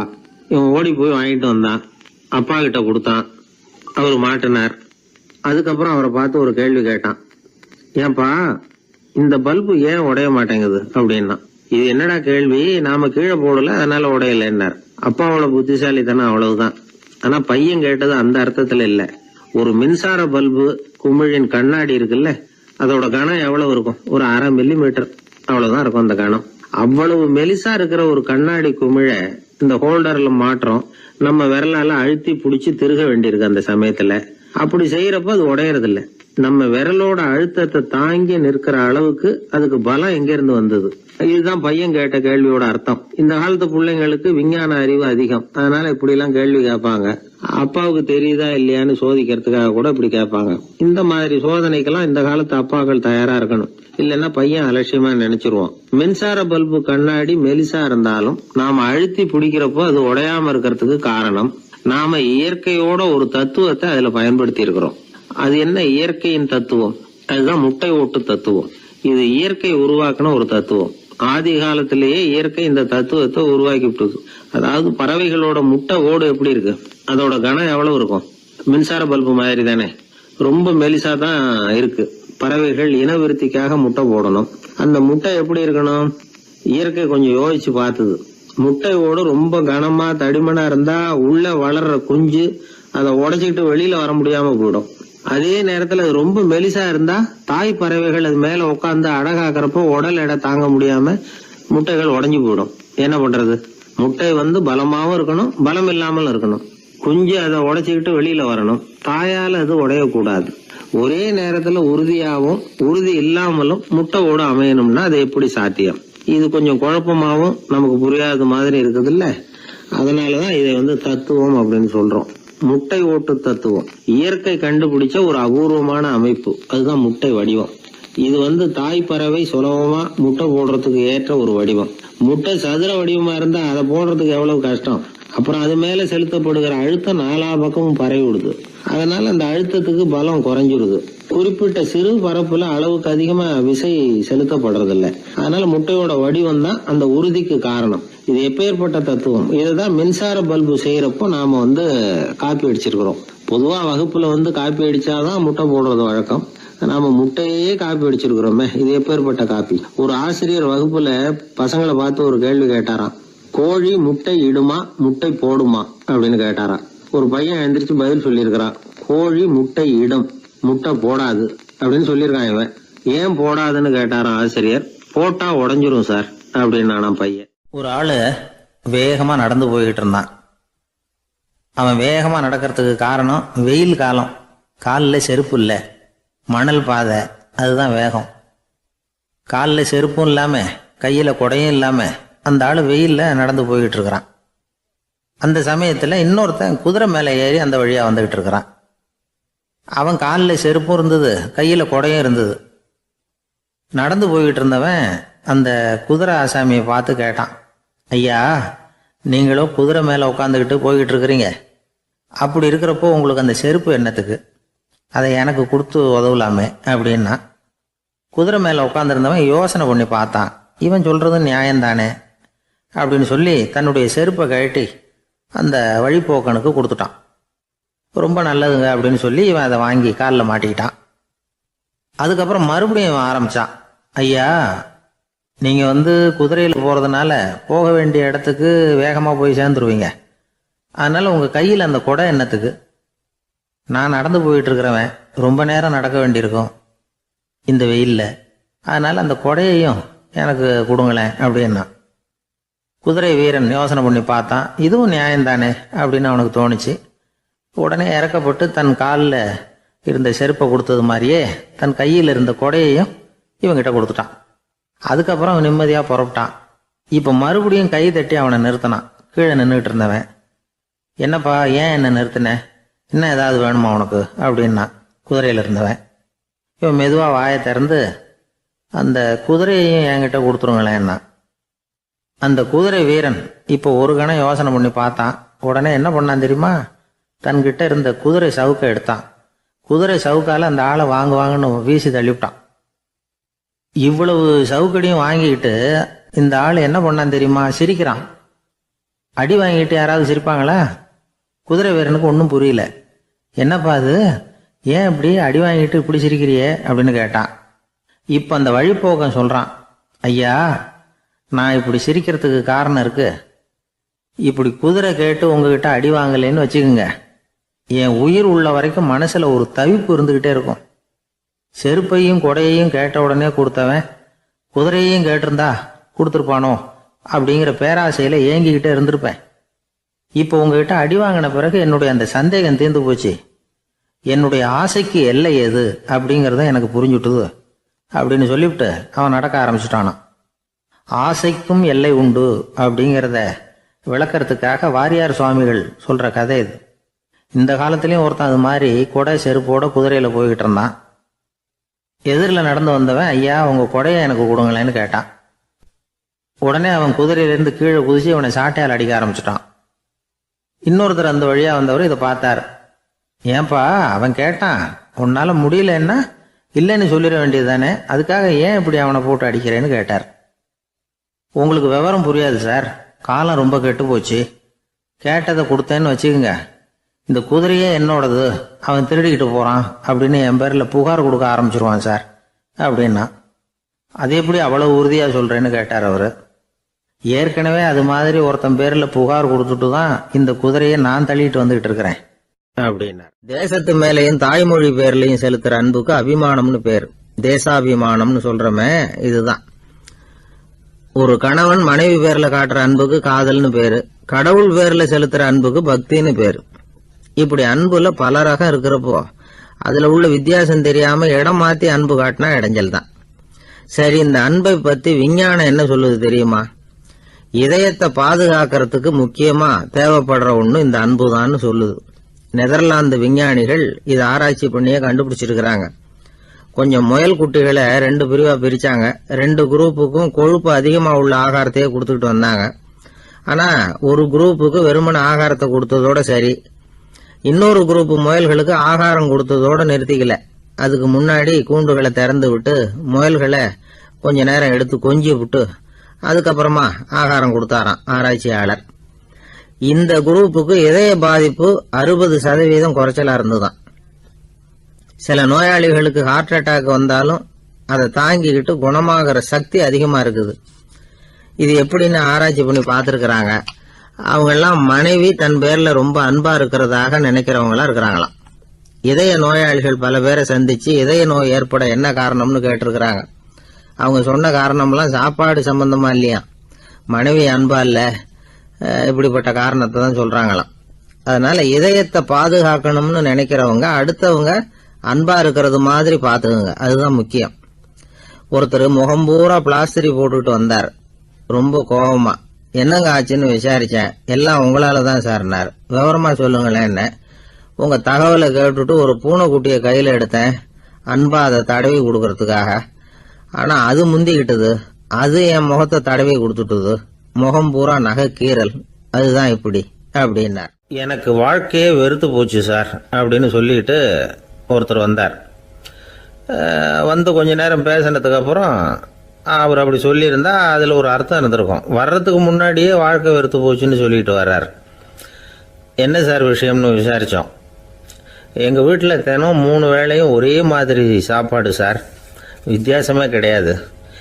இப்படியே 3 மாசமாக சாப்பிட்டுக்கிட்டு இருக்கிறேன். அதை விட பட்டினி கிடந்து செத்துடலாம்னு தோணுது அப்படின்னார். ஒரு பெரியவர் சொன்ன தத்துவத்தை சொல்றதுக்கு ஆள் கிடைக்காம தவிச்சுக்கிட்டு இருந்தோம். இப்போ ஒருத்தர் கிடைச்சிட்டார், விட்டுலாமா? உடனே அவரை உட்கார வச்சு சொல்ல ஆரம்பிச்சிட்டோம். அதாவது நாம் அனுபவிக்கிற உணர்வுகளில் களிப்பு, மகிழ்வு, ஆனந்தம், இது 3க்கும் ஒன்றுக்கு ஒன்று வித்தியாசம் உண்டு. மேம்போக்கா பார்க்கறதுக்கு இது 3 ஒன்று மாதிரி தோணும், ஆனால் அது அப்படி இல்லை. களிப்புங்கிறது உடம்பை பொறுத்தது, மகிழ்வுங்கிறது மனசை பொறுத்தது, ஆனந்தம்ங்கிறது ஆன்மாவை பொறுத்தது. இப்படி இந்த 3 வகையான அந்த சுவைப்புகளின் தன்மையும் வேற வேற. இப்போ முதல்ல களிப்புங்கிறத எடுத்துக்குவோம்.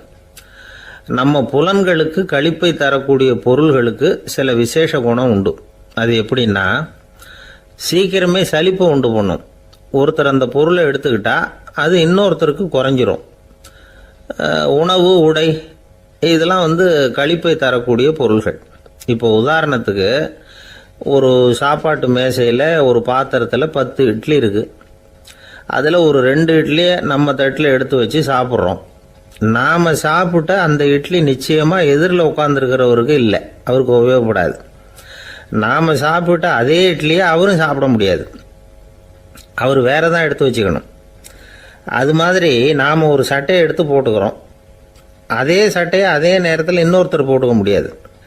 புலன்களுக்கு களிப்பை தரக்கூடிய இது மாதிரி பொருள்கள்லாம் முதல் தடவை நமக்கு கொடுக்குற களிப்பை 2வது தடவையும் கொடுக்காது, 3வது தடவை இன்னும் குறையும், கடைசியில் வெறுப்பாக மாறிடும்.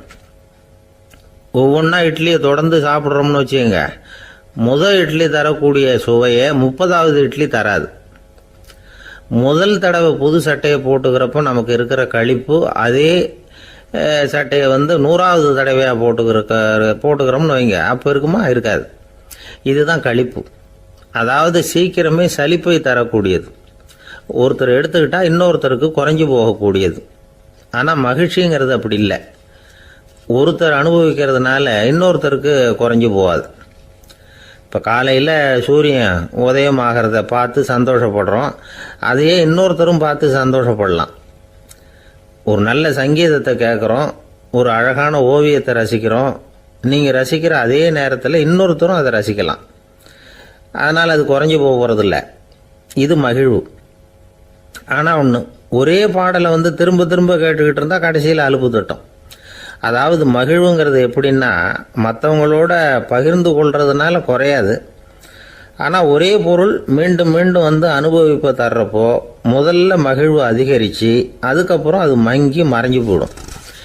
இதுதான் அந்த மகிழ்வுங்கிறதுக்கு இலக்கணம். சரி, இப்போ 3வதாக சுகம் தரக்கூடிய ஆனந்தம்ங்கிறது எப்படின்னா, இது நமக்கு உள்ளே இருந்து சுரக்கிறது. மனசு சலனங்கள்லேருந்து விடுபடுறப்போ இந்த ஆனந்தம் நமக்கு கிடைக்கும். இது நிலையான சுகம், ஆத்ம சுகம். களிப்பிலிருந்து மகிழ்வுக்கும், மகிழ்விலிருந்து ஆனந்தத்துக்கும் செல்றது தான் மனிதன் நடத்த வேண்டிய முக்கியமான பயணம். இவ்வளவு விஷயத்தையும் கேட்டுட்டு இந்த காலத்து பையன் ஒருத்தன் வந்தான். சார், இப்போ நீங்கள் ஒரு சாப்பாட்டு மேசையில் ஒரு 10 இட்லி வைக்கிறீங்க, என்ன உட்கார வைங்க, எதிரில் இன்னொருத்தனை உட்கார வைங்க, நான் களிப்பு மகிழ்வுலாம் தாண்டி நேரடியாக ஆனந்தத்துக்கு பயணம் பண்ணி காட்டுறேன் அப்படின்னா. ஒன்றும் புரியல அவன் சொன்னது. அது எப்படி, அப்படி என்ன பண்ணுவ நீ அப்படின்னு சொல்லி கேட்டோம் ஆச்சரியமா. 2 இட்லி சாப்பிட்டா தானே சார் கழிப்பு. நான் 10 இட்லியும் மொத்தமாக சாப்பிட்ருவேன். அடுத்தவனுக்கு எதுவும் கிடைக்காது. அவனுக்கு கிடைக்காதபடி நாமே சாப்பிட்டுறோம்ல, அதுதானே நமக்கு ஆனந்தம் அப்படின்னு அதுக்கு ஒரு விளக்கம் சொல்கிறான். கத்தியை தீட்டாதே புத்தியை தீட்டு அப்படின்னு ஒரு பெரியவர் புத்தி சொன்னார். அதை கேட்ட ஒரு இளைஞன், அது எப்படி பெரியவரை புத்தியை தீட்டுறது? கத்தியை தீட்டுன்னு சொன்னால் ஒரு கருங்கல்லில் கத்தியை தேய்க்கலாம், புத்தியை தீட்டுன்னு சொன்னால் எப்படி தலையை கொண்டுட்டு போய் தரையில் தேய்ச்சிக்கிட்டு இருக்க முடியுமா அப்படின்னா. அந்த பெரியவர் உடனே புரிஞ்சுக்கிட்டார், இந்த இளைஞனுக்கு புத்தி கூர்மை கம்மி அப்படிங்கிறத புரிஞ்சுக்கிட்டார். அது சரி, அறிவுக்கும் புத்திசாலித்தனத்துக்கும் என்ன வித்தியாசம்? இது ஒரு முக்கியமான கேள்வி. அறிவுன்னா என்ன, புத்திசாலித்தனம்னா என்ன? இதே கேள்வியை சாக்ரட்டிஸ் கிட்ட அவருடைய சீடன் ஒருத்தன் கேட்டானான். ஐயா, அறிவுக்கும் புத்திசாலித்தனத்துக்கும் என்னங்க வித்தியாசம் அப்படின்னு கேட்டிருக்கான். சாக்ரட்டிஸ் நிமிர்ந்து பார்த்துருக்கிறார் அந்த சீடனை. அதுக்கப்புறம் சொன்னாராம், நான் சொல்கிறேன் உன்னுடைய கேள்விக்கு பதில், ஆனால் அதுக்கு முன்னாடி நீ ஒரு காரியம் பண்ணணும்னாரான். என்னங்க செய்யணும் சொல்லுங்கன்றிருக்கான். அதோ பாரு, ஒரு பெரியவர் உட்காந்துருக்கிறாரு, அவர்கிட்ட போ, இங்கேருந்து பக்கத்தில் இருக்கிற அந்த கிராமத்துக்கு போய் சேர எவ்வளவு நேரம் ஆகும் அப்படின்னு கேட்டுட்டு வா அப்படி சொன்னார் சாக்ரட்டிஸ். சரின்னு சொல்லிவிட்டு இவன் போனான். அந்த பெரியவர் முன்னாடி போய் நின்னான். ஏங்க பெரியவரை, இங்கேருந்து அதோ தெரியுத அந்த கிராமத்துக்கு போய் சேர்றதுக்கு எவ்வளவு நேரம் ஆகும் அப்படின்னு கேட்டான். பெரியவர் நிமிர்ந்து பார்த்தார், ஆனால் பதில் எதுவும் சொல்லலை. இவன் மறுபடியும் ஒரு தடவை அதே கேள்வியை அவர்கிட்ட கேட்டான். என்னங்க, நான் கேட்குறது உங்கள் காதில் விழுதா?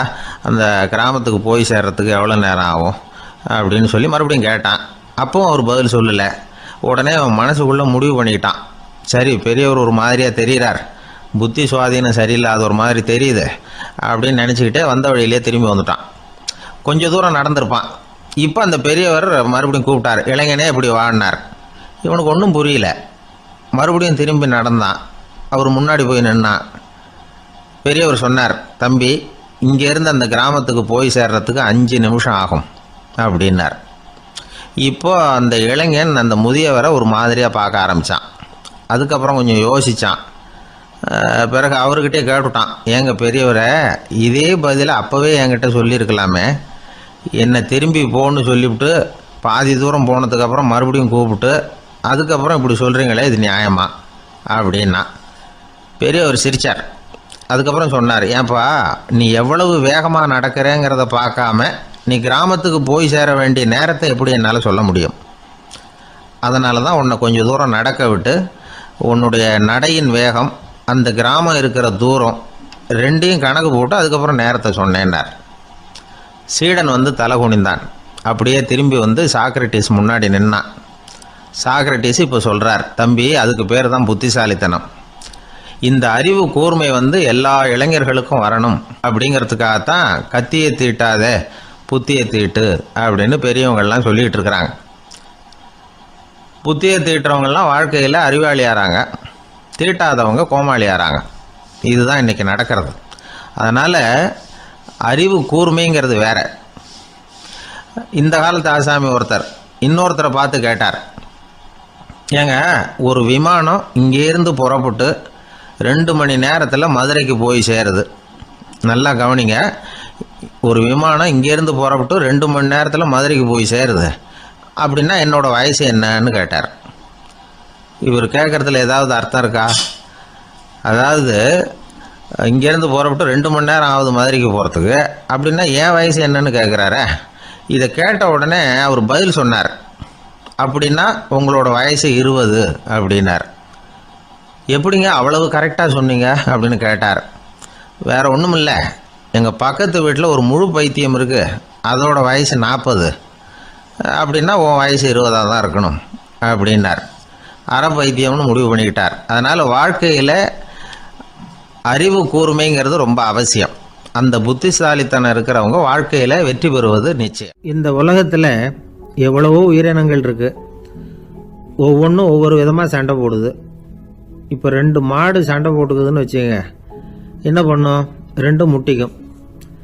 அதுக்கு சண்டை போடுறதுக்கு ஆயுதமாக உபயோகப்படுறது அதோட கொம்பு. 2 சேவல் சண்டை போட்டுக்குதுன்னு வச்சுங்க, அதுக்கு ஆயுதமாக உபயோகப்படுறது அதோட கால் நகம். காலால் தான் அது ஒன்றோட ஒன்று சண்டை போட்டுக்கும். ஆனால் 2 மனுஷன் சண்டை போட்டுக்கிறான்னு வச்சுங்க, இவன் இன்னதை தான் ஆயுதமாக உபயோகப்படுத்துவான்னு குறிப்பிட்டு சொல்ல முடியாது. கல்லை எடுப்பான், கத்தி எடுப்பான், துப்பாக்கி எடுப்பான், என்ன வேணாலும் பண்ணுவான். வாயால் திட்டுவான், கையால் அடிப்பான், காலால் உதைப்பான், சகலகலா வல்லவன். விலங்குகள்லாம் பொதுவாக வாயை சாப்பிட்றதுக்கு மட்டும்தான் உபயோகப்படுத்துது. ஆனால் இவனுக்கு சாப்பிட்றதுக்கும் அதுதான், சாப்பிட்டு விட்டு திட்டுறதுக்கும் அதுதான். ஆனால் ஒரு விஷயத்தில் மட்டும் கெட்டிக்கிறேன்.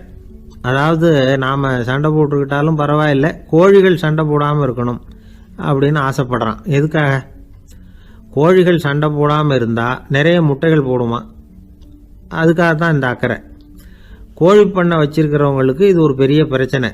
அதாவது பண்ணையில் இருக்கிற கோழிகளுக்குள்ளே அடிக்கடி சண்டை வந்துடும், அதனால் முட்டை உற்பத்தி குறைஞ்சிரும். சரி, இதுக்கு என்ன பண்ணுறது? பண்ணையில் போய் உட்காந்துக்கிட்டு தினமும் பஞ்சாயத்து பேசிகிட்டு இருக்க முடியுமா? அமெரிக்காவில் கோழி பண்ணை வச்சிருக்கிற ஒருத்தர் இதை பற்றி யோசனை பண்ணி பார்த்தாராம். ஒரு வழியையும் கண்டுபிடிச்சிருக்கார். கோழிக்கெல்லாம் மூக்கு கண்ணாடி மாட்டி விட்டுட்டோம்னா அது சண்டை போடுற குணம் குறைஞ்சிரும், முட்டை அதிகமாகிடும். அந்த கண்ணாடியில் உள்ள லென்ஸு சிவப்பு நிறத்தில் இருக்கணும், அவ்வளவுதான் அப்படின்னு அவர் கண்டுபிடிச்சாராம். இது ஏற்கனவே நடைமுறையில் கண்டுபிடிக்கப்பட்ட ஒரு விஷயம். ஆனால் எல்லா கோழிக்கும் சிவப்பு மூக்கு கண்ணாடி எப்படி மாட்டி விடுறது? அப்படியே மாட்டி விட்டாலும் அது நழுவாமல் இருக்கணுமே. இப்போ நாமெல்லாம் நடு விரலால் மூக்கு கண்ணாடி நடுவில் தொட்டு அப்படி ஸ்டைலாக சரி பண்ணிக்கிறோம், அது மாதிரி கோழி எப்படி சரி பண்ணிக்கும்? இதுதான் பிரச்சனை. இதுக்கு அவர் என்ன வழி கண்டுபிடிச்சாருன்னா, கோழிக்கெல்லாம் மூக்கு கண்ணாடிக்கு பதிலாக விழியொட்டு வில்லைகள், கான்டாக்ட் லென்ஸ், அதை பொருத்தி விட்டா என்ன அப்படின்னு யோசனை பண்ணார். அதே மாதிரி பண்ணார். அதே மாதிரி செஞ்சு பார்த்தார், வெற்றி. அதுக்கப்புறம் கோழியெல்லாம் சண்டை போட்டுக்கலையாம், சமாதான பிரியர்கள் ஆகிட்டு தான். கோழிகளுக்கு இயல்பாகவே சண்டை போடுற குணம் உண்டு. ஆனால் அதோட கண்ணுக்கு பார்க்குற பொருள்லாம் ரோஜா நிறத்துலையோ அல்லது இன்னும் சொல்ல போனால் அழுத்தமான சிவப்பு நிறத்துலையோ தெரிஞ்சதுன்னா சண்டை போடுற குணம் குறைஞ்சிருதான். அந்த சமயத்தில் அது அதிகமாகவும் முட்டையிட ஆரம்பிச்சுடுதான். அதே நேரத்தில் இறை எடுக்கிறத கூட குறைச்சிக்குதான். இது ஏன் இப்படி பண்ணுதுங்கிறது விஞ்ஞானிகளுக்கு இன்னமும் புரியலையா. எப்படியோ அமெரிக்க கோழிகள்லாம் கான்டாக்ட் லென்ஸ் பொருத்திக்க ஆரம்பிச்சாச்சு. கோழி கழுத்தை பிடிச்சிக்கிட்டு ஒரு சில வினாடிகளில் அதை பொருத்தி போடுறாங்களாம். கோழியோட ஆயுள் பூரா அது அப்படியே இருக்குமா. பண்ணையில் முட்டை உற்பத்தி குறைஞ்சா இது மாதிரி விஞ்ஞானபூர்வமாக பரிகாரம் தேடுறது தான் நல்லது. நமக்கு வேண்டியப்பட்ட ஒருத்தர், அவர் ஒரு கோழி பண்ணை வச்சுருந்தார். அந்த பண்ணையில் பாதி கோழி திடீர்னு செத்து போச்சு. உடனே ஒரு கால்நடை மருத்துவர்கிட்ட போக வேண்டியது தானே, அங்கே போகல. உள்ளூரில் மந்திரம் பண்ணிக்கிட்டு இருந்த ஒரு சாமியார்கிட்ட போனார். அவர் காலில் விழுந்தார். சாமி, என் பண்ணையில் பாதி கோழி செத்து போட்டுதுன்னார். சாமியார் யோசனை பண்ணார். சரி, பண்ணையில் வாசப்படி கிழக்கு பக்கமாக வச்சுருக்கியா மேற்கு பக்கமாக வச்சுருக்கியான்னு கேட்டார். கிழக்கு பக்கமாக இருக்குன்னார் அவர். அதுதான் தப்பு, மேற்கு பக்கமாக அதை மாற்றி சரியாக போடும்னாராம். அதே போல் இவர் போய் மாற்றிவிட்டார். அப்பவும் பாதி செத்து போச்சு. மறுபடியும் சொன்னார், சாமி மறுபடியும் பாதி கோழி செத்து போட்டுதேன்னார். சரி, கூரை எப்படி போட்டிருக்க, ஓடு போட்டிருக்கியா இல்லை கீத்து போட்டிருக்கியான்னார். ஓடு போட்டிருக்கேன்னாராம் அவர். அதுதான் தப்பு, அதை கீத்து போட்டுரு சரியாக போடும்னாராம். சரின்னு போய் அதையும் மாற்றி பார்த்தார். மறுபடியும் போயிட்டுது, கோழி செத்து போச்சு. வந்தார், மறுபடியும் பாதி செத்து போச்சு சாமின்னு வந்தார். இவரும் யோசனையை மாற்றி மாற்றி சொல்லிகிட்டே இருக்கிறார். இப்படி அவரும் மாற்றி மாற்றி பார்த்தார். 6வது தடவையாக அவரை தேடிட்டு வந்தார். அந்த சமயத்தில் இவர் ரொம்ப தீவிரமாக யோசனை பண்ணி பார்த்துட்டு, அது சரிப்பா, நீ என்கிட்ட சளைக்காமல் வந்துக்கிட்டு இருக்கிற, நானும் யோசனை சொல்லிகிட்டு இருக்கேன். இப்போவும் உங்ககிட்ட சொல்கிறதுக்கு என்கிட்ட யோசனை நிறையா இருக்குது, ஆனால் சோதிக்கிறதுக்கு உங்ககிட்ட கோழி இல்லையே, என்ன பண்ணுறது அப்படின்னாராம் இவர். ஒருத்தர் அவசரமாக போய்கிட்டு இருந்தார். எங்கே போய்கிட்டு இருக்கீங்க அப்படின்னு கேட்டார் ஒரு பெரியவர். கடைக்கு போகிறேன் சார், சாமான் வாங்கிறதுக்கு அப்படின்னார். அங்கே போகிறதுக்கு முன்னாடி தெரிஞ்சிக்க வேண்டியதெல்லாம் தெரிஞ்சுக்கிட்டீங்களா அப்படின்னு கேட்டார் பெரியவர். கடைக்கு போய் காசை கொடுத்து ஒரு பொருளை வாங்கிட்டு வரப்போகிறோம், இதில் தெரிஞ்சிக்க வேண்டியது என்ன இருக்குது அப்படின்னார் அலட்சியமாக. இப்போ அந்த பெரியவர் பேச ஆரம்பித்தார். இந்த உலகத்தில் எந்த ஒரு செயலில் இறங்குறப்பவும் நாம் நல்லா ஆலோசனை பண்ண வேண்டிய விஷயம் 5 அப்படின்னார். உதாரணமாக, ஒருத்தன் கடைக்கு போய் ஏதோ ஒரு பொருளை வாங்கிட்டு வர போகிறான்னு வச்சுக்கோங்களேன். அப்போ கூட அவன் 5 விஷயங்களை பற்றி தெரிஞ்சுக்க வேண்டியிருக்குது அப்படிங்கிறார் அவர். முதல்ல அந்த பொருள் எப்படிப்பட்டது அப்படிங்கிறத தெரிஞ்சுக்கணும். 2வதா தன்னை பற்றியும் தெரிஞ்சுக்கணும். அப்போ தான் அந்த பொருள் தனக்கு தேவையா இல்லையா அப்படிங்கிறத புரிஞ்சுக்க முடியும். 3வதா தெரிஞ்சுக்க வேண்டியது ஒன்று இருக்குது. அது என்னன்னா, அந்த பொருளை அடையறதுக்கு வழி என்ன அப்படிங்கிறது தெரிஞ்சுக்கணும். அதாவது எவ்வளவு பணம் கொடுத்தா அது கிடைக்கும், இது மாதிரியான விஷயங்கள். 4வதா அந்த பொருளை அடையிறது மூலமாக நாம் அடையக்கூடிய பயன் என்ன அப்படிங்கிறதையும் உணரணும். அஞ்சாவது, அந்த பொருளை அடையிறதுல இருக்கக்கூடிய தடை எது அப்படிங்கிறதையும் நாம தெரிஞ்சுக்கணும். பெரியவர் பேசுறது ஏதோ தத்துவம் மாதிரி தெரியுது இல்லையா? தத்துவம் தான். அதாவது இப்படி உலகியல் வாழ்க்கையில சின்ன சின்ன விஷயங்கள்லயே நாம 5 விஷயங்களை தெரிஞ்சுக்க வேண்டி இருக்குது. அது ரொம்ப அவசியமா இருக்கு. பேரின்ப நிலைன்னு சொல்றாங்கல்ல, அது மாதிரி பெரிய சமாச்சாரங்கள்லயும் இந்த 5 விஷயங்களை நாம தெரிஞ்சுக்க வேண்டியிருக்குது. அதுக்கு பேர் என்னன்னா அர்த்த பஞ்சகம். வைணவ சமயத்துல அர்த்த பஞ்சகம்ங்கிறது ரொம்ப பெரிய விஷயம். கடைக்கு போறது மாதிரி கடவுளை பார்க்க போறப்போ நாம 5 விஷயங்களை தெரிஞ்சுக்கணுமா. முதல்ல பரம்பொருள் அப்படிங்கிறது என்ன, அதோட தன்மைகள் என்ன, இதை தெரிஞ்சுக்கணும். இதுக்கு பேர் என்னன்னா பரமாத்ம ஸ்வரூபம் அப்படின்னு பேர். ரெண்டாவது, நாம யாரு, நம்மோட தன்மை என்ன அப்படிங்கிறத தெரிஞ்சுக்கணும். நான் யாருன்னு எனக்கே தெரியலங்கிறப்போ இதை நான் சொல்றேன்னு இது என்னுடையதுன்னு சொல்றது தப்பு தானே. அப்புறம் மூணாவது விஷயம், பரம்பொருளை நாம் அடையறதுக்கு வழி எது, இதை தெரிஞ்சுக்கணும். இது உபாய ஸ்வரூபம் அப்படின்னு பேர். நாலாவது விஷயம், நாம் அடைய வேண்டிய பயன்கள் என்ன அப்படிங்கறது தெரிஞ்சுக்கிறது. இதுக்கு புருஷார்த்தம் அப்படின்னு பேர். அஞ்சாவது, அந்த பயனை அடைய விடாமல் தடுக்கிற தடைகள் யாவை அப்படிங்கறது தெரிஞ்சுக்கிறது. இது விரோதி ஸ்வரூபம். இதைத்தான் தடையியல் அப்படின்னு சொல்றாங்க. அதாவது பரமாத்மாவை பற்றிய அறிவு, ஜீவாத்மாவை பற்றிய அறிவு, உபாயம் பற்றிய அறிவு, புருஷார்த்தம் பற்றிய அறிவு, இந்த 4 அறிவுக்கும் எதிரடையா, அதாவது அதையெல்லாம் தப்பா புரிஞ்சுக்கிறதால உண்டாகக்கூடிய அறிவு விரோதி ஸ்வரூபம். என்ன இது தகவல்ல ஏதாவது கதை சொல்லுவீங்கன்னு பார்த்தா ஏதோ தத்துவம் பேசிக்கிட்டு இருக்கிறீங்களே அப்படின்னு நினைக்கலாம். இதுவும் தெரிஞ்சுக்க வேண்டிய ஒரு பெரிய விஷயம்தான். காதுல போட்டு வச்சா எப்போவாவது உபயோகப்படும். என்னுடைய நண்பர் ஒருத்தர் ஒரு நாள் என்கிட்ட சொன்னார், சார், அடுத்த மாதம் தஞ்சாவூரில் ஒரு கல்யாணம், போகிறதா வேண்டாமா அப்படின்னு ஒரே குழப்பமா இருக்கு அப்படின்னார். நான் உடனே இந்த அர்த்த பஞ்சக உபதேசம் பண்ண ஆரம்பித்தேன். அவர் எல்லாத்தையும் பொறுமையாக கேட்டுவிட்டு, சரி சார், நான் போகிறதுன்னு முடிவு பண்ணிவிட்டேன்னார். எப்படி இந்த முடிவுக்கு வந்தீங்க அப்படின்னு கேட்டேன். அவர் சொன்னார், சார், அந்த 2வது பாயிண்ட் ஒன்று சொன்னீங்களே, அதை புரிஞ்சுக்கிட்டதுக்கு அப்புறம்தான் இந்த முடிவுக்கு வந்தேன் அப்படின்னார். என்ன 2வது பாயிண்ட்னு? அதாவது தன்னை பற்றி புரிஞ்சுக்கணும் அப்படின்னு சொன்னீங்க. உடனே என்னை பற்றி புரிஞ்சுக்கிட்டேன், நான் யாருங்கிறது எனக்கு தெரிஞ்சுது, உடனே போகிறது தான் நல்லதுன்னு முடிவு பண்ணிவிட்டேன்னார். நீங்கள் யாருன்னு கேட்டேன். நான் தான் சார் அந்த கல்யாணத்தில் தாலி கட்ட வேண்டிய மாப்பிள்ளை அப்படின்னார். உழைப்பும் நேர்மையும் உயர்வதற்கு வழிகள். அதை விட்டுட்டு உட்கார்ந்த இடத்துல இருந்துகிட்டே உயர போகணும் அப்படின்னு ஆசை கற்பனை பண்றாங்க. அந்த கற்பனையிலேயே பாதி வாழ்க்கை ஓடி போடுது. உழைப்புங்கிற வழியையும் நேர்மைங்கிற வழியையும் ஒதுக்கி விட்டு குறுக்கு வழியில ஓட நினைக்கிறவங்க குப்புற விழுந்துடுறாங்க. எந்த தொழிலை நாம செய்தாலும் சரி, அந்த தொழிலுக்குரிய பெருமையை நாம புரிஞ்சுக்கிட்டு அதுல ஈடுபடணும். அப்படி இல்லாம என்ன சார் பொழப்புது, இந்த தொழிலை மனுஷன் செய்வானா அப்படி புலம்பிக்கிட்டு இந்த தொழிலையே செஞ்சுக்கிட்டு இருக்கிறவங்க நம்மள பல பேர் உண்டு. செய்யும் தொழிலே தெய்வம் அப்படின்னு சொல்றாங்கல்ல, அப்படி சொல்றது எதுக்காக? அந்த அளவுக்கு அதுல ஒரு